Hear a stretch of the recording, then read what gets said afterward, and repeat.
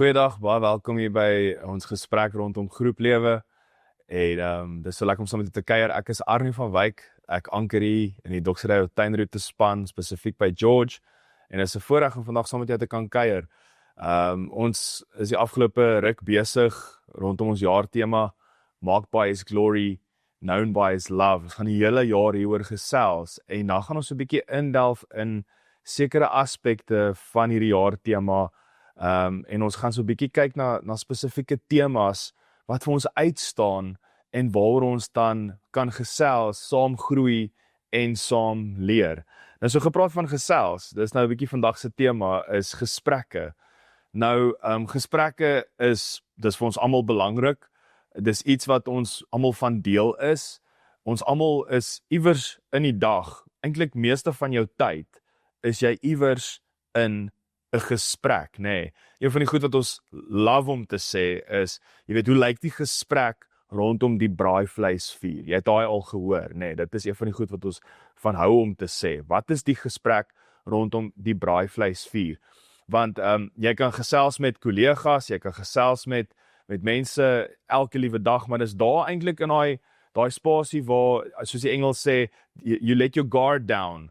Dis waar jy begin gesprekke hê wat eintlik gaan oor hoe jy eintlik dink en hoe jy eintlik voel. En so gesprekke is vir ons baie belangrik. Gesprekke is vir ons iets wat waarde dra. En ek dink om vir mekaar te kan sê, my insig alleen, jou insig alleen is beperk, maar saam is waar ons dieper betekenis by dieper betekenis en 'n belewenis kan uitkom. So die beginsel het ons mekaar gesê die afgelope tyd, ons is ook besig met ons reeks, met ander woorde, en ons journey by Expedition and Journey rondom Korintiërs, en alles vleg so lekker in mekaar in, maar wat ons mekaar gesê het is, die beginsel deur die Bybel is, die kring waarin jy sit, bepaal die pad wat jy loop. En iemand slim het eendag gesê, what gets talked about, gets done. Nou kom Paulus, en Paulus skryf juist vir die gemeente in Korinte, en dan sê hy, moenie dwaal nie, slegte gesprekke bederf goeie sedes. Hoe dwaal ons? Ons dwaal deur slegte gesprekke, maar hoe hou ons koers in hierdie roeping waarmee God ons geroep het? Dit is deur goeie gesprekke. Die uitnemendste gesprek waarvan jy deel is, die beste gesprek waarvan jy deel is natuurlik die hemelse gesprek. In Filippense 3 vers 20, ons almal ken daai gedeelte, nee, jou burgerskap, ons burgerskap is in die hemele.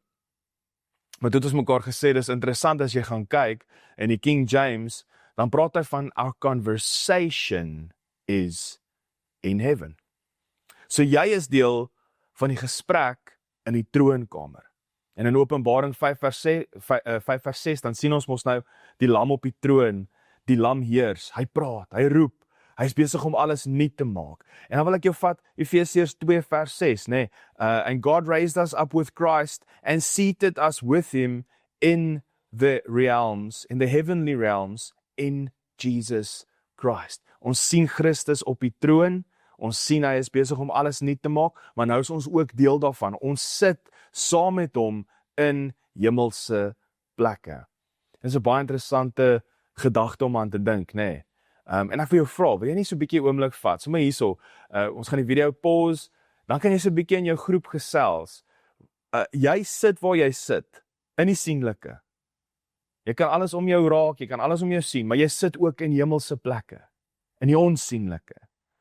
Die troonkamer gesprek, wat kom by jou op as jy dit hoor? Vat gou oomblik, share gou 'n bietjie in jou groep, kyk vir die persoon langs jou, deel met hulle, wat kom by jou op as jy hoor, jy sit waar jy sit, maar jy sit ook in hemelse plekke.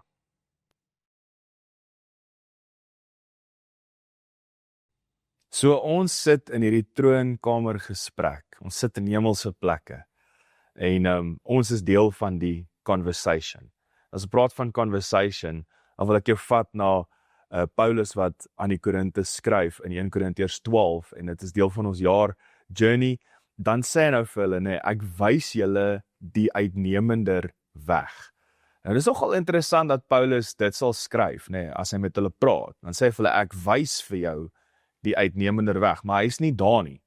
En dit is nou die hele gedagte rondom speech act theory, nee, as jy vir iemand iets sê, baie van die goed wat ons vir hulle sê, dra 'n aksie, dit doen iets, nee, as jy vir iemand sê, ek is lief vir jou, die gewig wat daai woorde dra, is baie groot, die waarde wat dit dra is baie groot. As jy vir iemand sê, ek vergewe jou, dan doen dit iets, nee, as jy vir jou kinders sê, gaan was die skorrel goed, daar's 'n aksie betrokke, meeste van die tyd is die reaksie is nee, maar dit is veronderstel om iets te doen, dit gee 'n opdrag. Jy sien, sekere woorde aktiveer iets, sekere gesprekke aktiveer, en ek dink, dis waarna toe God ons roep in hierdie koinonia. Ons het laasweek bietjie gesels oor koinonia, nee, die saamwees, die partnership en die fellowship, ons as gelowiges saam, in daai gesprekke word iets geaktiveer. Dis hoe soos in die hemel, so ook op die aarde 'n realiteit word, is wanneer ons troonkamergesprekke met mekaar hê, en dit aktiveer iets van God se goedheid, dit aktiveer iets van God se nuwe skepping, die feit dat hy besig is om alles nuut te maak. Onthou, ek dink dit was Tom Wright wat dit gesê het, Christianity is about new creation, or it's about nothing at all. Ons gesprekke is oor nuwe skepping, dis wat God besig is om te doen, hy kom maak alles nuut. En ons gesprekke is so belangrik, op die fokus wat ons sit, om te praat oor die regte goed, om goeie gesprekke te hê. Hoor wat sê Maleagi, hy sê, daarop het die wat vir die Here ontzag het, met mekaar geredeneer, en die Here het goed geluister, en dit gehoor. Dit is toe, in sy teenwoordigheid, in die gedenkboek opgeteken, tot voordeel van diegene, wat ontzag het, vir die Here, en respek vir sy naam. Jy kan hoor die verantwoordelikheid wat ek en jy het, die eienaarskap wat ons moet vat, om seker te maak dat die gesprekke wat ons het, troonkamergesprekke is, dat dit goeie gesprekke is, dat dit fokus op dit waarmee Christus besig is, so that we can be known by his love. Ons weet as ons gemerk deur sy heerlikheid. Laat ons gesprekke met mekaar troonkamergesprekke wees. Dit aktiveer soos in die hemel, so ook op die aarde. Laastens wil ek vir jou sê, Kolossense 4 vers 6 in die Amplified, dan staan hier, let your speech at all times be gracious and pleasant, seasoned with salt, so that you will know how to answer each one who questions you. Mag jy gesout wees in jou verhouding met die Here. Mag ons met mekaar praat en saam met mekaar leer. Nee, dit is so interessant wat ons mekaar gesê het, ook in die journey, hoe dit daar gekom dat ons op 'n Sondag kan staan en die Here aanbid en hom aanskou, maar ons gee nie regtig om oor die persoon om ons nie. Hoe het ons op daai punt gekom, dat dit 'n realiteit geword het? Mag die liefde vir mekaar, mag die gesprekke met mekaar, iets establish, iets kom neersit, van God se goedheid, van God se plan. Mag ons fokus wees, soos in die hemel, so ook op die aarde. So ek wil jou nooi, wil jy nie neerskryf, daar's 3 vrae wat ons eintlik so 'n bietjie op fokus na elke groep sessie. Wat het jy verstaan van hierdie gesprek of van hierdie sessie? Wat wil jy oor gaan dink en verder ondersoek? En dan, wat kan jy dadelik implementeer?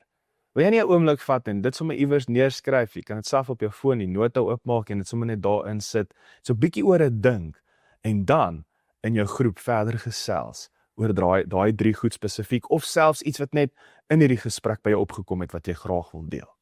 Be blessed.